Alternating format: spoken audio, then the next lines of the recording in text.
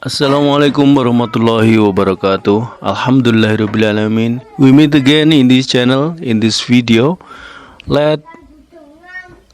Let's continue our study of laptop repair using the schematics.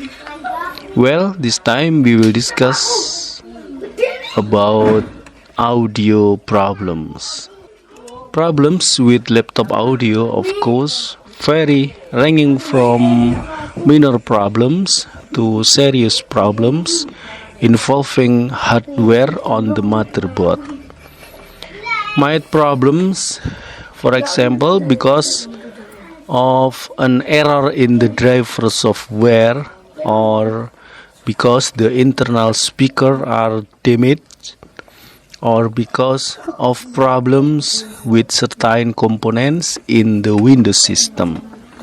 Then when it comes to the motherboard, for example, if it turns out that in the device manager we cannot find a device that represents audio or sound.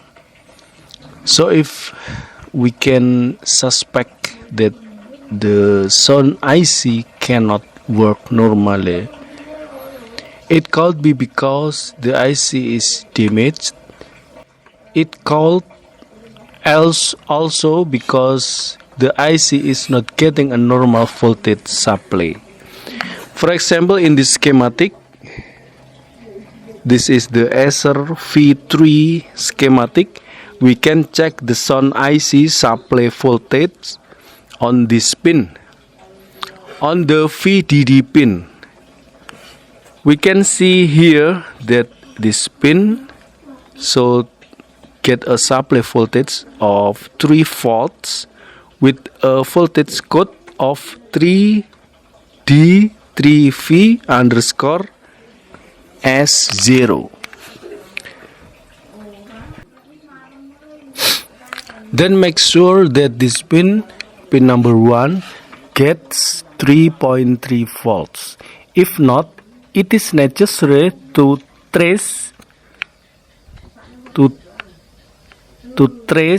at the point where this voltage is lost. But if it turns out that the voltage on pin 1 is normal, while the sound is not appear, it's most likely that the sound IC has been damaged. And the solution of this problem is replacing the sound IC. Okay, brother, this is about the problem of the sound or audio of the laptop. See you again in the next video. Wassalamualaikum warahmatullahi wabarakatuh.